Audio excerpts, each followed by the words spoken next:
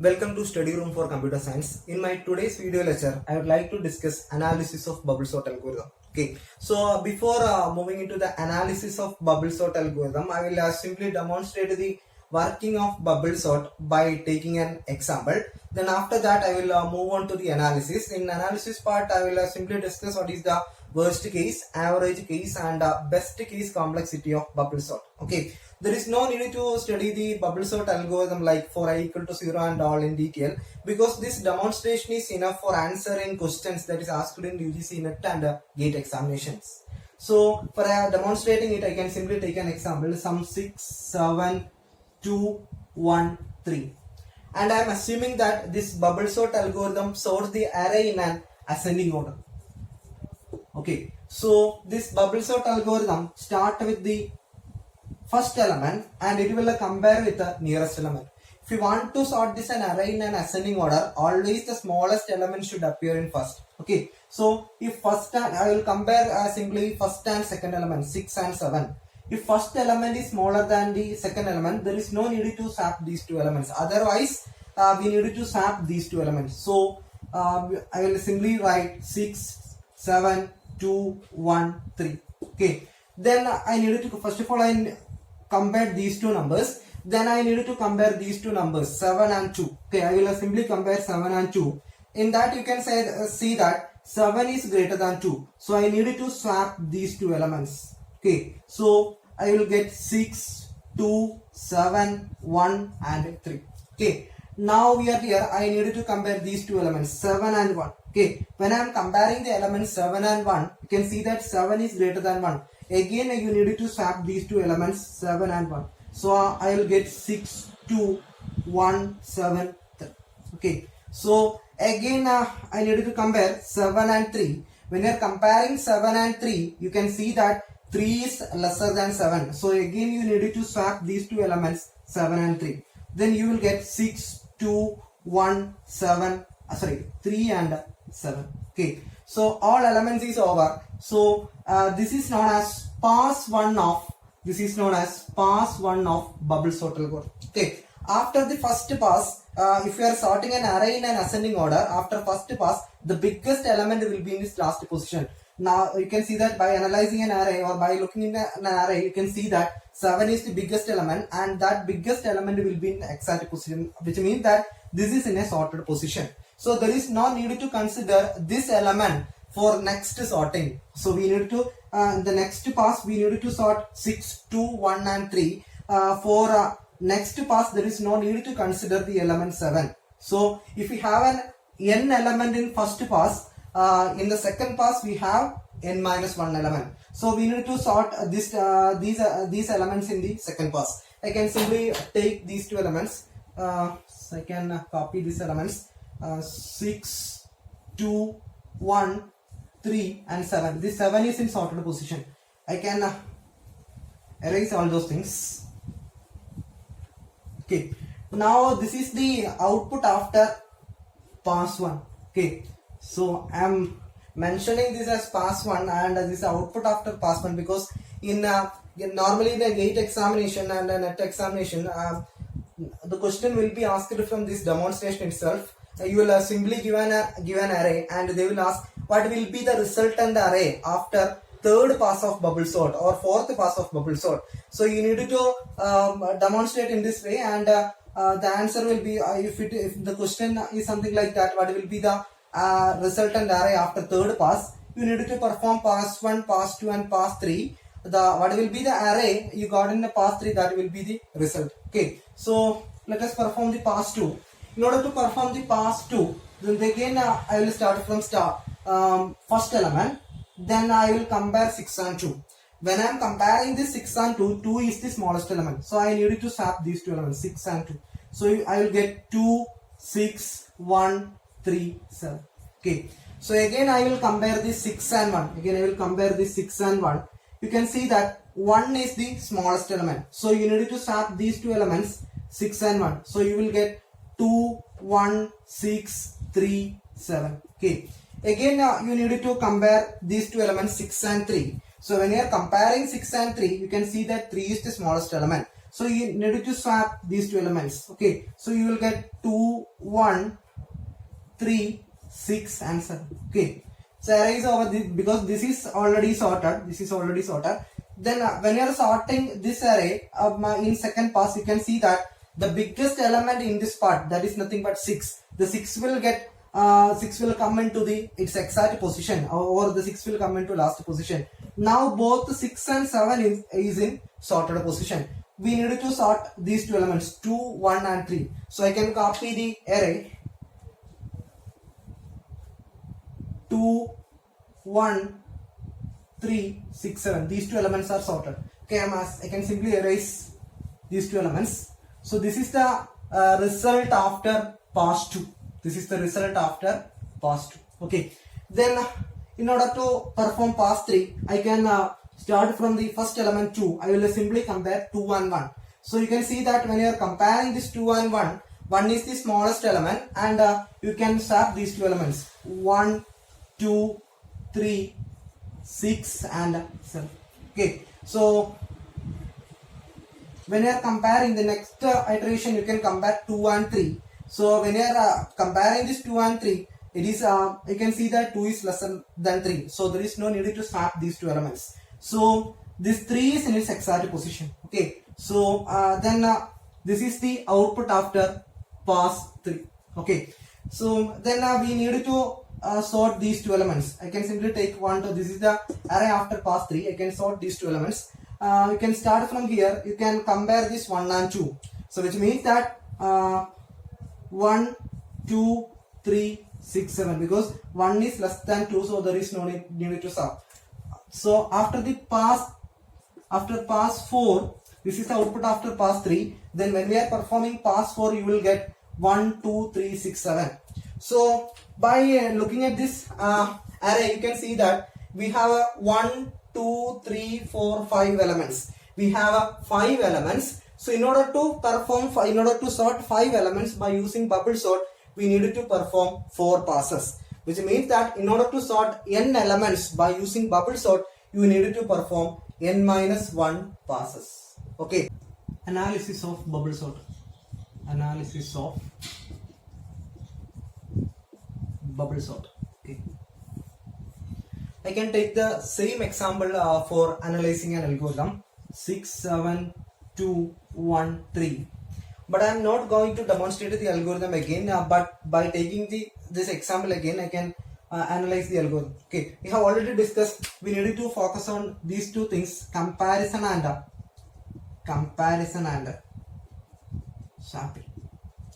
Okay, comparison and swapping. Okay, in previous demonstration, we have already seen that in order to sort n elements, we needed to perform n minus 1 swaps. Okay, so in order to perform n elements, we needed to perform n minus 1 passes. Okay, so we needed to find number of comparison and number of swapping involved in each and every passes. Okay, if we have n elements, we have 1, 2, 3, etc. up to n minus 1 passes will be there.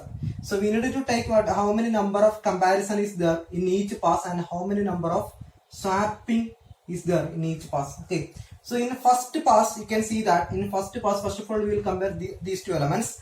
Then first iteration we will compare these two elements. Then second these two elements. Then these two elements and all. Okay, when you reach the last element, our first pass is over. Okay, so in pass 1, we need to, if we have an n elements or if we have a 5 elements, 1 comparison, 2 comparison, 3 comparison and 4 comparison. So if we have an n elements in first pass, we will be having n minus 1 comparison. How many number of swapping will be there? We cannot predict the number of swappings because sometimes if I am comparing 6 and 7, there is no swapping is needed. But when I am comparing 7 and 2, there is swapping is needed. And if it is an element sum 4, when you are comparing 2 and 4, there is no swapping is needed. So number of swapping actually depends on the input we are providing. But always the number of comparison will be same. Whatever be the input combination we are giving, it will always perform this number of comparison in each and every pass. Sorry, this number of comparison in pass 1. Okay, so this number of swapping depends on the input.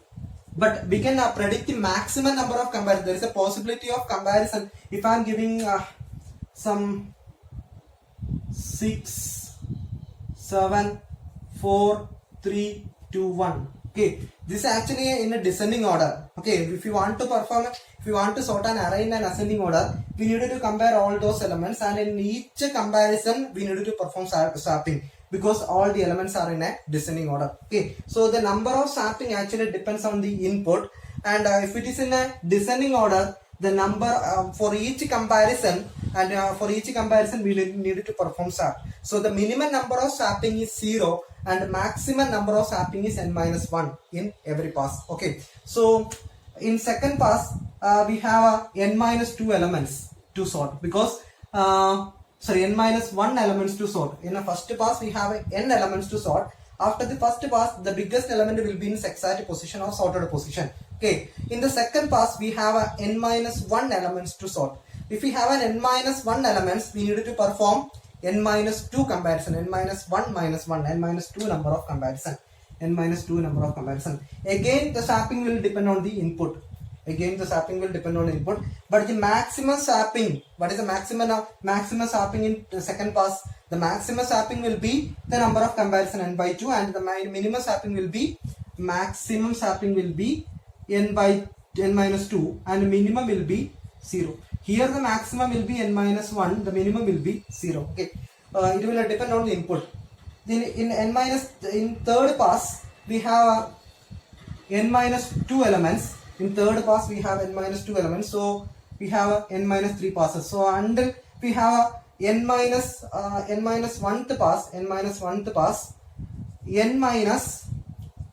n-1 comparison will be there. In first pass n-1 comparison, in second pass n-2 comparison, in third pass n-3 comparison, and in n-1th pass n-1 comparison. So what is the value n-1? N-0 minus of minus and 1. So the number of comparison will ranging from 1, 2, 3, etc. up to n-1. So the total number of comparison is nothing but sum of first n-1 elements. So T of n, I can simply return as T of n. The total number of comparison is nothing but 1 plus 2 plus 3 plus etc. up to n-1. This is nothing but sum of first n-1 natural numbers. This is nothing but n into n-1 by 2.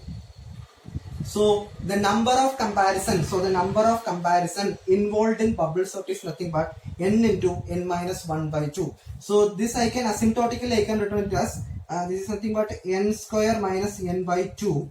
Asymptotically I can return it as because its rate of growth is in terms of n square. You already know what actually the asymptotic analysis and the rate of growth of an algorithm, and its rate of growth is always in terms of n square. So asymptotically I can return it as complexity of bubble sort algorithm is big of n square. Okay, so I can highlight the important points. So the number of comparison involved in bubble sort is nothing but n into n-1 by 2, that is n square minus n by 2. So complexity is nothing but big of n square. And number of swapping, what is the maximum number of swapping in a bubble sort algorithm? The maximum number of swapping is nothing but sum of all these things, because if you are performing swapping for each and every comparison, so the number of swapping will be n into n-1 by 2. And so I can write minimum, in overall case, minimum number of swapping is nothing but 0, and maximum number of swapping is nothing but the number of comparison. If we need a swapping for each and every comparison, the maximum number of swapping is n into n-1 by 2. We will get only the maximum number of comparison if we want to sort an array. In an ascending order and the input is in descending order, so the number of comparison will be n into n-1 by 2, and the number of swapping will be n into n-1 by 2. And if you want to sort an array in an ascending order, if you want to sort an array in descending order and input is in ascending order, again the result will be same. The number of comparison is n into n-1 by 2, and swapping will be n into n-1 by 2. And when we will get minimum number of swapping? So if you want to sort an array in an ascending order and input is already in ascending order, but the number of swapping will be same, because we need, suppose if we have an array some 1, 2, 3, 4, 5, we need to compare these two elements, again these two elements and these two, but no swapping will be performed. So if we want to sort an array in an ascending order and the input is already in ascending order, so the comparison will be n into n minus 1 by 2 and the number of sampling will be 0. And the second case is if you want to sort an array in a descending order and input is already in descending order. Again, the number of comparison will be n into n minus 1 by 2. The sampling will be 0. And two more point is that normally you will be having some question whether the bubble sort algorithm is stable sorting algorithm and in-place sorting algorithm. I have already discussed what actually the stable sort and in-place sort in my previous video lecture. Stable sort is nothing but what is a stable sort? If the element keeps the relative ordering, so it will not change the relative ordering of the elements. So bubble sort is a stable sort. Bubble sort is a stable sort. And what about in-place sort? If an algorithm does not require an extra space for sorting, and that kind of sorting algorithm is known as in-place sorting algorithm. In order to perform bubble sort, it does not require any extra space. So it is an in-place sorting algorithm. And one more point is there, and we have studied three sorting algorithms: selection sort, bubble sort, insertion sort, with a complexity big of n square. But this bubble sort is known as order of n square sorting algorithm. This is one of the previously asked the question. Which one of the following algorithm is known as n square sorting algorithm? N square sorting, even though this selection sort, bubble sort and insertion sort is having big of n square complexity, and but bubble sort is known as big of n square sorting algorithm. And one more thing, both the best case, worst case, and in an average case, the number of comparison will be n into n minus 1 by 2. Okay, so in my coming video I will come with different problems on bubble sort. Then if you have any doubt, that will be cleared when we are solving different problems on bubble sort. So if you like this video, share this video maximum and subscribe my channel. Okay, thank you for listening.